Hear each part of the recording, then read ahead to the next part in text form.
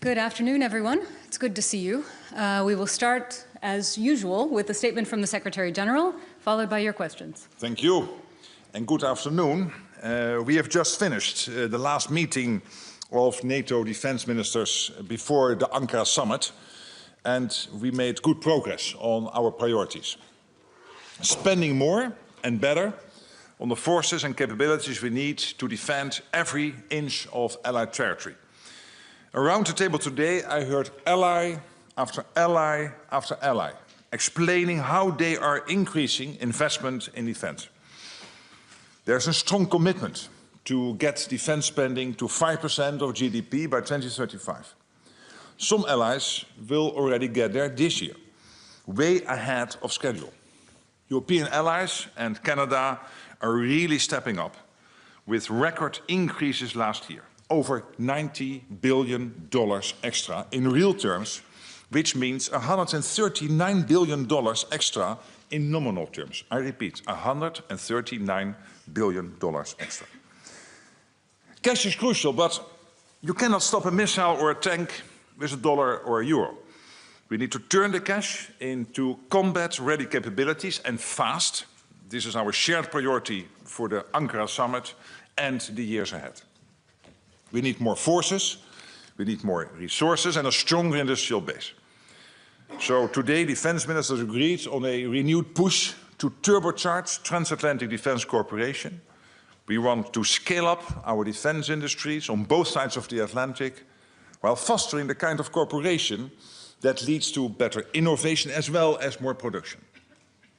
NATO is and will always be a transatlantic alliance, but we need a stronger Europe in a stronger NATO through increased defense spending and defense production.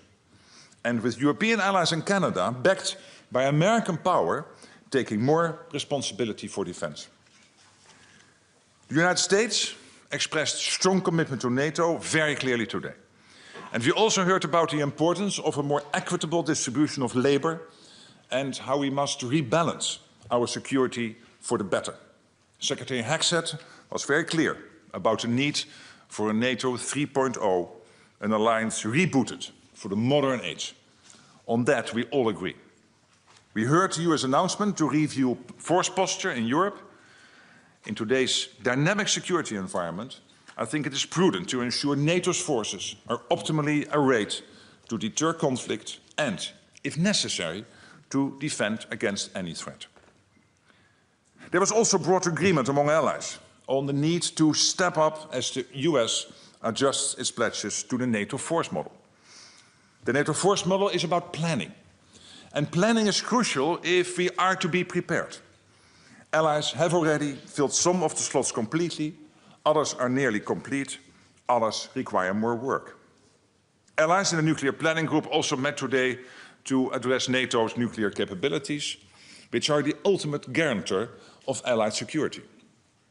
I welcome the statement released by the MPG, which demonstrates Allies' commitment to NATO's nuclear deterrence and reiterates our unity and our resolve. As the statement makes clear, we will continue to modernize our nuclear capabilities, improve planning, and adapt to ensure our nuclear deterrence remains fit for purpose. We today will shortly start a meeting of the Ukraine Defense Contact Group, which President Zelensky will join. Ukraine is changing the dynamic on the battlefield and inflicting huge losses on Russia. But they can only keep doing this if we step up our support, not just for immediate needs, such as air defense, but assessing how we can work together over the long term to ensure Ukraine can remain sovereign, free and secure. Because Ukraine's security is important for our own security. And with that, I'm ready to take your questions. Okay, let's start here in the second row, Bloomberg. Thank you, Secretary General. I want to come back to the force model. Of course, there is a force model, and then there is the announcement of the force posture review this morning. I want to clarify one thing. What will be NATO, especially NATO's European and Canadian allies' strategy? Will it be to replace everything, or will it be to figure out a new way to achieve the same aims with the means available? Because it seems that you suggested that everything would be replaced, not immediately, but that would ultimately be replaced, but certain of the things that have been reassigned in the force model, for example, strategic bombers, Europe simply doesn't have. So are you saying there will be plans to replace those assets, or a third way, perhaps? Well, thank you. First of all, I'm sorry that I cannot get into what is exactly in the NATO force model. I know that some news outlets have reported on it. I cannot confirm whether that was true what they reported, because we are saying nothing about it. We don't want to make the Russians any wiser. I think it is good to know what the NATO force model is. And basically, I can quote Sakur here, the Supreme Allied Commander. What he is saying basically is that the NATO force model is there so that he knows what he can count on in case of a simultaneous multi-theater conflict. And it's for planning purposes. That means that if ultimately you would get into a situation of a real war, a real Article 5 situation, if we were under attack, then of course it is reasonable to assume that allies would do all they can to defend ourselves. So this is for planning purposes. As I said this morning, this is immediate. So what the US is doing here is immediate for planning purposes, but it doesn't mean it's not there if necessary. It is to make sure that the US can provide what they really can provide in case of a multi-theater threat. And therefore it was so important what Sakur said, I think yesterday, that it makes the plans more realistic and therefore stronger, because there was an over-reliance on the United States. Come over here, second row, BBC. Thank you. Hi, ma'am. Good Hello. afternoon. Good afternoon. Jess Parker, BBC News. First of all, is it inevitable that there will be a significantly depleted US presence in Europe after this review that Secretary Hegseth announced earlier? And I want to ask you as well, are allies being punished for the stance they took on the war in Iran? Well, what we're seeing, let's first of all agree what we are seeing today, which is the $139 billion in real terms, in nominal terms, what we are spending at the moment extra compared to last year. That's incredible. That's Canada and Europe. I think against that background, it's completely acceptable that the US is thinking, okay, what is our role here in terms of a force posture? Do we have to make changes or not? This will take months. They will do this in close consultation with allies. So I think this will be a structured process somewhere over the next 6 months. And Iran? Iran? My question on Iran. I've not heard anything of the kind. This is what Hegseth did today, I think, is acknowledging that a lot is happening compared to what he said in February last year when he spoke last time. No, it was not last time that he spoke to the ambassadors, but when he did a big speech in February last year, where he said, hey, we really want Europe and Canada to step up. What he is acknowledging today, it's happening, it's taking place, not everywhere, still more needs to be done. I think it is good that he is clear about what he feels, what his sense is of where we are at the moment. We need to have that discussion. So there is clearly that balance of a lot happening, acknowledging that, but also clearly saying, I want to keep the pressure on. So that was his speech today, generally when it comes to NATO, and that is specific to this review. That's clearly about the force posture against the background of an alliance which is massively investing in its defense, particularly, of course, the Canadians and the Europeans when it comes to NATO's collective defense. All right, coming over here, Wall Street Journal, second row. Thank you very much, Secretary General. If I could follow up on that. You've been quite articulate about how much more allies in Europe and Canada are doing, especially since The Hague. But at the same time, Secretary Hegseth this morning essentially said, not good enough. So how frustrating is it for you that your messaging to the U.S., to the White House, the administration, doesn't seem to be registering and resonating with them, and how concerned are you about that in the run-up to Ankara? Thank you. It's not messaging to one particular audience. What I'm trying to explain to you and to the wider world through you is what's happening. And the over 90 billion, so the 139 billion in terms of the nominal terms of extra defense spent in 2025 is historic. I think we are at a level where you have to question yourself, if it is even more in 1 year, can you absorb all that money? I think we all acknowledge that. Also Pete Hegseth. But then when you look basically more in detail, you will still find allies holding back a little bit and needing to do more. And I think what he tried to do today is to keep the pressure on. And I think that's good. That's his role. The US is by far the biggest ally in NATO. US economy is over half of the total NATO economy. So the other 31 are smaller together than the United States when it comes to the overall size of the economy. So I think it is important that this ally, which for so many years was spending much more on defense than the Europeans and the Canadians in aggregate, is keeping that pressure on, whilst also acknowledging that a lot is happening. So I think that's the story. And I'm happy he does this, because we need to speak the truth to each other. This alliance is going through a massive transformation, probably the biggest transformation in its history, to build this NATO 3.0. And obviously that means also that there are some rough waters. It is a rocky phase. You will have these debates, these discussions, and that's good. All right, coming over here, second row towards the center, New York Times. Good afternoon, Mr. Rutte. Nice Good to afternoon, see you. ma'am. Hi. So ministers came into the doorsteps this morning. They seemed like they were in agreement about the need to spend more on defense. Many expressed pleasure that the developments in the Mideast, that there seemed to be a ceasefire on the horizon. And then Secretary Hegseth this morning called the alliance a paper tiger. He said that the alliance's reluctance to get involved in Iran was shameful, and so on. You just said that you're happy he does this. But what was the mood in the room afterwards? Was this helpful, especially in the run-up to Ankara?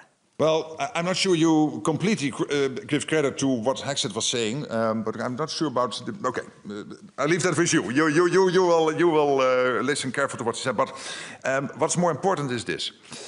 Allies are very happy with the deal on Iran, because for NATO it has always been clear, and we commend President Trump for getting here, that Iran cannot have his hands on a nuclear capability. This is now severely degraded, that we have to prevent Iran getting a ballistic missile capability, which is a threat to the region and to Europe and to the wider world, severely degraded by the United States, what the United States has done over the last couple of months. And obviously also important that the Strait of Hormuz opens up and the freedom of navigation is restored. We have heard many allies saying we want to help there. You have seen the G7 statement also completely supporting what the American President Trump, is doing here. I think there's widespread support and we are in agreement. What this is about, from what I hear from what he was saying, but also from my conversations with Pete Hegseth, the Secretary of War of the United States, is, again, this balance. Acknowledging a lot is happening, but you look at the total numbers, it's really impressive. But still, I want to maintain the pressure on those allies still not there, needing to do more. That's one. Second, given the fact that Europe and Canada are stepping up, it is only logical that the US again, and they do this over time regularly, reviews its force posture. But I'm not going to comment on every word every ally is saying. I never do that. Okay, let's go to the back. Rai. Who's speaking? Marilu Lucrezio, Rai. Hi. Italian television. Hi. Hi, thank you.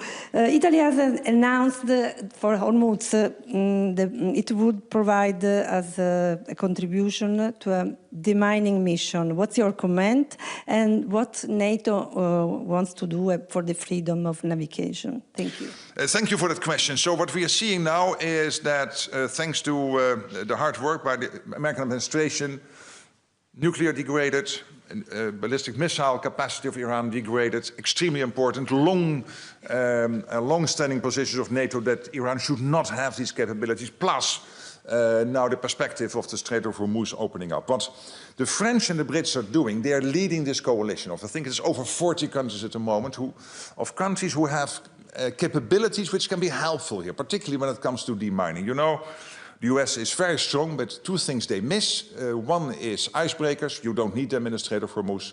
And the other thing is demining, and you need that now in the Strait of Hormuz. And Europe has that capacity, that capability, well, really big. And we have seen over the last couple of weeks that many European nations are pre-positioning these assets close to theater. what the G7 leaders, including, of course, 6 of them in NATO, including the American president, concluded in the G7 meeting. But this was also clearly the tone of discussion of the debate today, is the necessity to do everything together to make sure the strait opens up. And that discussion is ongoing, what exactly that will mean, how this demining will be done. For NATO to play a role there is not yet foreseen. It is, of course, out of NATO area, but if NATO can be helpful in any way, as I said yesterday, of course, we are always available. All right, coming over here, second row, Reuters. Hi, Secretary General. Hi. Andrew Good Gray from afternoon. Reuters. Secretary Hedges said that the US's annual dues to NATO will now be contingent on other countries meeting their defence spending targets. And he said when other allies do not spend with urgency, our dues will go down. Isn't that basically collective punishment? And did you push back against that idea at all? Again, I'm not going to comment on everything has been said today, but more generally speaking, what we are working on very hard is to make sure that the whole of the alliance implements the Hague decisions. What we are seeing at the moment, when you look at the collective, it's there. Again, when you look at the individual countries, there are still some who need to do more and others who are overachieving, which is great, are doing more than, take Germany already reaching the 3.5 and therefore on its way to the 5% already by 2029 instead of 2035. But also when you look at the Baltic countries, when you look at Poland, when you look at others, they are really ahead. Some others are lagging behind a little bit, and we are working hard to make sure they also keep up. So let's prevent a situation like that. All right, third row towards the center here. Thank you. Thomas Kutschka with Frankfurter Allgemeine Zeitung. Good afternoon. Good afternoon. Secretary General, as the US is reviewing its force posture in Europe, does the alliance need a roadmap moving forward so that the US consults with allies before it actually takes drawdown or decommitment decisions, unlike we've seen with the previous decision? And do you see a risk of dangerous defense gaps, as the German Defense Minister Boris Pistorius has said this morning, if there is no synchronizing of this kind? Thank you. I think Pete Hegseth made quite clear that the US will do this force posture review in close consultation with allies. He was very clear about it. And when it comes to the NATO force model, we always knew that there had to be a moment where the US had to create clarity on what they can do in case of a multi-theater situation. And we always knew there was a risk that even the US would then spread its resources too thinly, and that some of what they said they could deliver in case of a conflict would maybe not be there because they also might need it, for example, in the Indo-Pacific. So, and this is exactly why the Supreme Allied Commander was saying yesterday that this change is strengthening NATO's defense plans because they become more resilient, they become more realistic. Yeah, I mean, they will do the review, they will consult with allies. I think that's more or less the definition of a roadmap. But there's still no clarity on exactly what the outcome will be because that will depend on the review. So we'll see what happens. Okay, just in front of him here in the second row. Thank you, Secretary General. Given the push for NATO 3.0, how can Ukraine contribute to the allies in Europe delivering on their objectives, including those which Hegseth stressed today? Well, I think in two ways. One is Ukraine is playing, of course, is gaining so much insight and experience when it comes to the latest technology, because, particularly when it comes to the drone and the counter-drone technology. And I think Ukraine is now #1 in the world on that. They are ahead of Russia, they are ahead of many NATO countries, and we really can learn from Ukraine on this. So this is one area. Another area is that Ukraine has to be so innovative, fighting this war against Russia, staying so clearly ahead of, in terms of Russia not being successful in achieving his war aims, that from that we can learn as NATO when it comes to policies, when it comes to strategies, so that helps us to update our plans. And finally, it is the Ukrainian defense industrial base. So NATO is helping any way we can. We have this joint center in Poland where we capture all the lessons. Still, NATO can teach Ukraine, learn Ukraine one or two things when it comes, for example, to the air domain, but when it comes to particularly drones, it is Ukraine teaching the others. So in all these areas, the defense industrial base, drone technology, the latest insights from the battlefield, we are becoming stronger as NATO, in the meantime helping Ukraine to stay strong in the fight. All right, coming to the fourth row here, AFP. Thank you very much, Secretary General. Coming back to Secretary Hegseth's intervention, he arrived this morning, he criticized NATO allies, called them shameful and various other things. He threatened them, essentially blackmailed them to try to get them to spend more on defense. And then he left before he listened to any of their responses. Do you think that really shows the commitment from the US that you said was there? And the fact that he didn't stay to meet President Zelensky, does that show that the US hasn't changed its position on supporting Ukraine after the G7? He delivered his remarks at 9:30.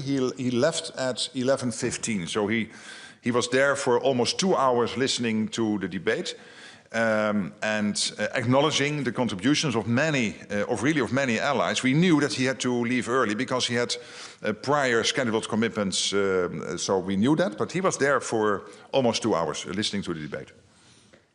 All right, kind of fourth row here, the gentleman. That microphone. Good afternoon, Mr. Secretary General. Evgeny Snegov, Russian independent media in exile, ECHO. As we know, there was a large Ukrainian strike on Moscow region this morning. How does NATO evaluate this operation? Thank you. Yes, we are never commenting on every individual strike or what is happening in the fight between Russia and Ukraine. But more generally speaking, what we are seeing at the moment is that Ukraine is holding the front line. I would not say they're massively regaining territory. There is some net gains, but that's good. It's different from, let's say, 4 or 5 months ago, but at least you could say overall there is more or less a sort of freeze of the front line, small gains by the Ukrainians, and you are more and more successful in what Ukraine is doing with its drones and other tactics they are using to make sure that they degrade the energy infrastructure in Russia, trying to, of course, also to reach the capability of Russia to produce new weaponry, etc. So, and of course, what we are seeing is between 30 and 35,000 Russians killed each month, and that these are really impressive numbers. All right, going to the cameras now, AP. Hello, Mark from Associated Press. Mr. Secretary General, can you tell us how you're going to help the Americans do their audit of each individual ally? Because you already have a trove of data with each ally's defense spending. It wasn't long ago we were here for a press conference where you talked about last year's defense spending. So I assume you have current information. Tell us how you're going to help with that process. And then also, can you help me understand what exactly do dues to NATO pay for? Is that paying for the building, the upkeep of the building, the staff salaries, or is it for military equipment? Thank you. Well, NATO, of course, is a complicated organization, but very effective when it comes to it. And that means that there are various ways how allies make sure that they pay for their own military what they need, but also to make sure that we can keep the central organization going. But when it comes to your first question, obviously this process has to start, and wherever we can be helpful, we will be helpful. This will be done in close consultation with allies. There is no preset outcome, so this is really to say, hey, Europe and Canada stepping up, doing so much more. Let's review US force posture in that light and see how we can be, as US, maximum effective when it comes to the conventional defense of Europe. Yeah, I mean, this process now, of course, has to be sketched out, more detailed, but wherever we can, we will help, obviously. All right, second row in the very center. Wait for the mic, please. Thank you, Aye, sir. Thank you, Secretary General. Anton Trigup, Ost-West TV channel. We are based in Germany, and a lot of voices in Germany, including the Defense Secretary Boris Pistorius, saying that Russia might attack NATO countries by 2029. How does it correspond with the fact that Russia is obviously getting weaker on the battlefield? And the second question is, since Russia's getting weaker, do you expect some concessions from Vladimir Putin or further escalation? Thank you. Yeah, when it comes to the second question, obviously Putin one day has got to take a decision whether he wants to play ball or not. And Steve Witkoff and Jared Kushner and Marco Rubio, they're all working hard to get that peace process going. I really want to thank them for that. It was President Trump breaking the deadlock with Putin last year, February, directly dialoguing. I think that was also crucial because he was the only one who could do that. But in the end, the question is whether Putin wants to play ball, whether he really wants to participate in talks. And in the meantime, we have to do everything to make sure Ukraine stays as strong as possible in the fight. So that's what we are working on. And when you look at Russia more generally, don't forget the latest numbers you can see from Russia coming is that they spent, it was 40%, now it is 48% of all the state budget is now spent on defense, 48%. That means that from the tax income Moscow is getting, about 75% of the tax income is now spent on defense. These are crazy numbers. So we cannot be naive about Russia. At the same time, Russia is not bigger than Belgium and the Netherlands combined. And they know we are very strong as NATO, and they know they cannot win from us. So we will do everything to make sure that they understand that it would be their biggest mistake if they would try. So why is the date 2029? Well, this is open sources from various intelligence agencies over Europe saying that it is their assessment that they could be ready, being strong enough by that time, and we have to make sure that we are stronger today, and that we are also stronger tomorrow, stronger in 27 and in 29 and in 31, so that they know it's better not to try it. Okay, we have time for one or two more questions. We'll go to the fourth row here. Hi, I'm Venera from Kosovo, and I will ask you if do you see Kosovo getting closer to NATO in the future? What should Kosovo do to make that happen? Or if NATO support Kosovo security force to become a full army? Thank you. Well, clearly, Kosovo is an important partner, but you also know that there are various countries not yet recognizing Kosovo. So in that sense, there is that complication. But I think in the meantime, what is more important is that we do everything to make sure that KFOR is as strong as possible. As you know, it's our assessment that the security situation in Kosovo has continued to improve over the last couple of years. That's why a decision has been made to go back to the pre-2023 levels when it comes to KFOR in size. It's now about 4,700, and the pre-2023 levels, depending on circumstances, it will mean that KFOR will still be considerably in size, between 3,000 and 3,500. Of course, working on basis of the current legal framework. Okay, staying in the fourth row here on the aisle. Hello, my name is Asako Funafusa. Good afternoon. Good afternoon. The Asahi Shimbun from Japan. I'm going to ask about the Finland decision. Just yesterday, as you know, in Finland Parliament, the governmental proposal of amending the Nuclear Energy Act just approved. What is your reaction to Finland as one of the important NATO allies? Well, I think it was an historic decision made by the Finnish Parliament yesterday. And today also the defense minister mentioned it. And I said, hey, this is really historic. And it means that Finland takes this step. And I can only take note of that respectfully, because in the end, this is up to every individual ally to decide how they want to work on these issues. And it's not for me to comment, obviously. But me saying it is an historic decision means that I'm not entirely without emotion about it, but also holding back a little bit on commenting too much, because in the end, these are sovereign national decisions. Thank you.